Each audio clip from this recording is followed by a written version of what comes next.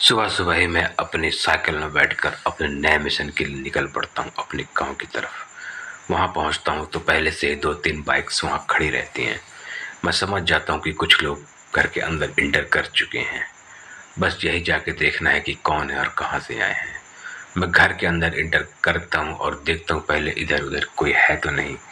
जब मैं देखता हूँ कोई मुझे देख नहीं रहा है तो मैं अपने औजार जो हथियार मैं लेकर आया था मैं उन्हें छुपाने लगता हूँ। इमरजेंसी पर मुझे काम आए तो मैं इनका उपयोग कर सकूं। पीछे मुड़कर देखता हूँ तो एक व्यक्ति गले में गमछा टांगे बैठे हुए थे। किसी ने इशारा किया कि वो पंडित जी हैं। मैंने कहा ओह पंडित जी प्रणाम। उन्होंने कहा प्रणाम। फिर मैं इधर उधर देखने लगता हूँ तभी एक व्यक्ति लुंगी डांस की तैयारी करता हुआ बैठा हुआ था। मैंने कहा जब डांस होना ही है तो मैं लेट के क्यों न देखूं। फिर मैं लेट गया और मैंने कहा लुंगी डांस वाला कहाँ है जो लुंगी डांस कर सके। पर वो तो ये सुनते ही भाग गया वहां से। मैंने कहा ओहो।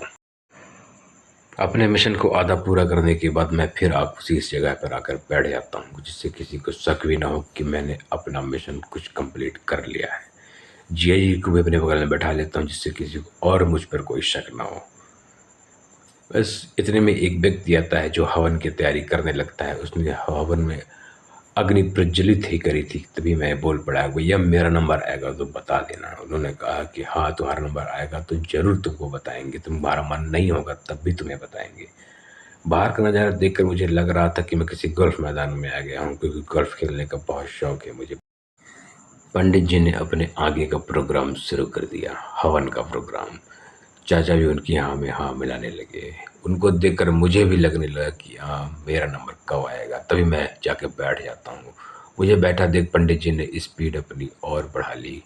मैंने कहा पंडित जी इतनी भी क्या जल्दी है। इतने में पहलवान खड़ा होता है, बोलता है बाहर का नज़ारा देख लो तब तक। मैंने कहा बाहर का नज़ारा देखने के चक्कर में पंडित जी मेरा सफाया कर देंगे। और जैसे ही मेरी तरफ कैमरा आता है पंडित जी बोलता है हो गया तुम्हारा। मैंने कहा बोला था ना पंडित जी बहुत जल्दी निपटा देंगे आप मुझे। इतने में वही लुंगी डांस वाला व्यक्ति फिर आ जाता है। मैंने कहा लुंगी डांस ने क्यों नहीं किया बे तू।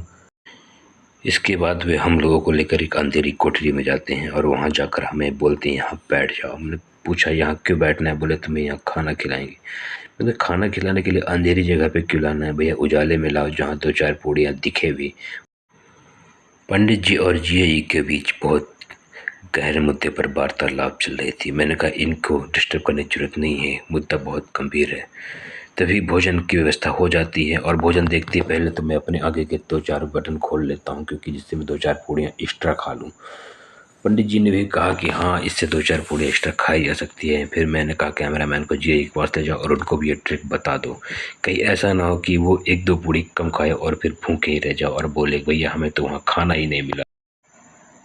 मिशन पूरा होते हुए मैं अपने ऑफिस के लिए निकल चलता हूँ क्योंकि मेरा काम हो चुका है पूरा। देखता हूँ तो मौसम बहुत सुहाना लग रहा था। इस सफ़र का आनंद लेते हुए मैं अपने